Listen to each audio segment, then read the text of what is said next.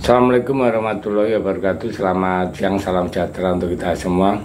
Salam rayu, salam untuk saudara semua yang ada di dalam maupun di luar negeri. Semoga berbahagia.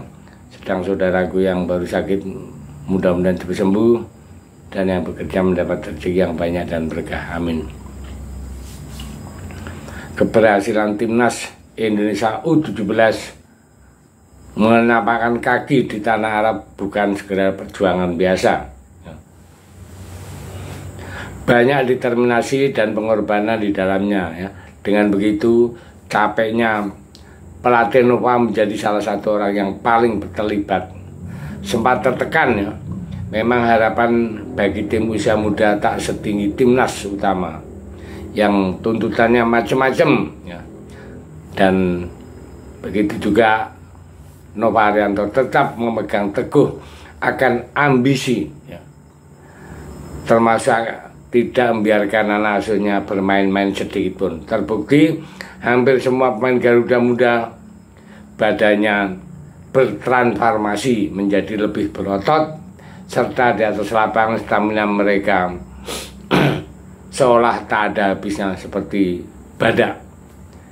Namun ya, dari pemain yang sudah ada yang menjadi korban sejak seminggu sebelum turnamen digelar, dia adalah Tristan, pemain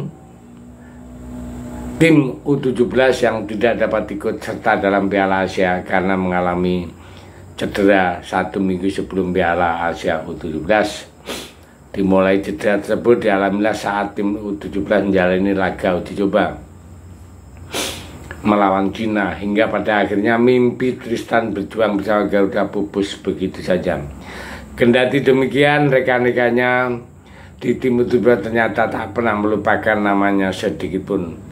Selebrasi lolosnya Garuda ke Piala Dunia tetap mencantumkan nama seorang Tristan ya, sebagai simbol kehangatan Garuda yang tak pernah padam.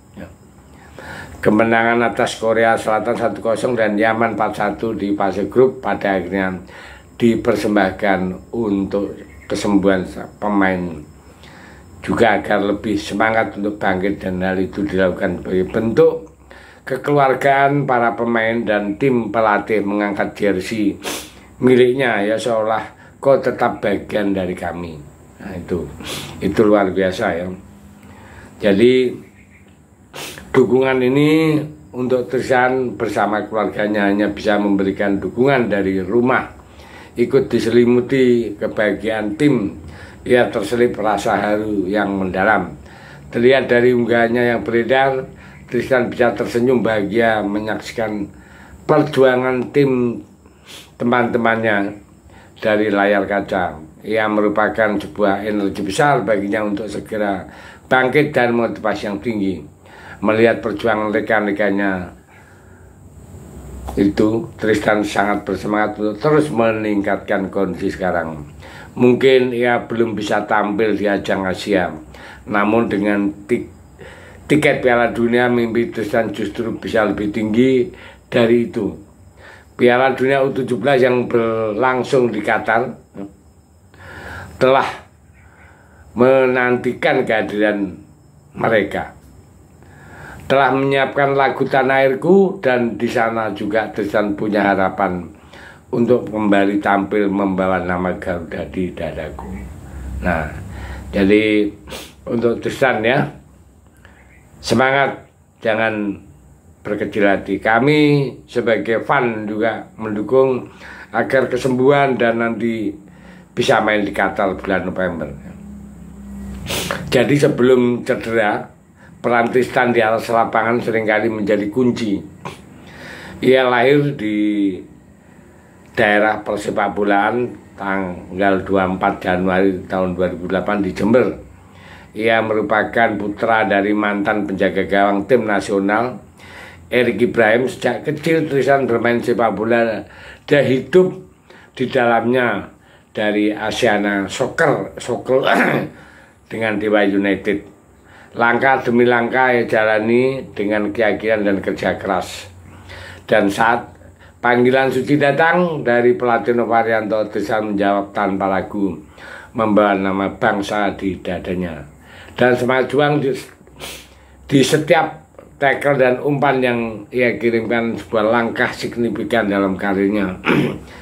Di tim Nas, Tristan menunjukkan performa gemilang, ya, menjadikan salah satu talenta muda yang patut diperhitungkan pada Piala AFF U16 tahun 2024 yang berlangsung di Solo. Bersama rekannya, Tristan berhasil membawa timnas U16 melaju hingga semifinal dan meraih peringkat ketiga. Namun dedikasi yang tinggi membawa Tristan bersama timnas meraih tiket ke Piala Asia U17 yang tak disangka bakal lolos ke Piala Dunia. Ya, bisa dibilang Tristan adalah salah satu gelandang andalan yang dimiliki timnas U17.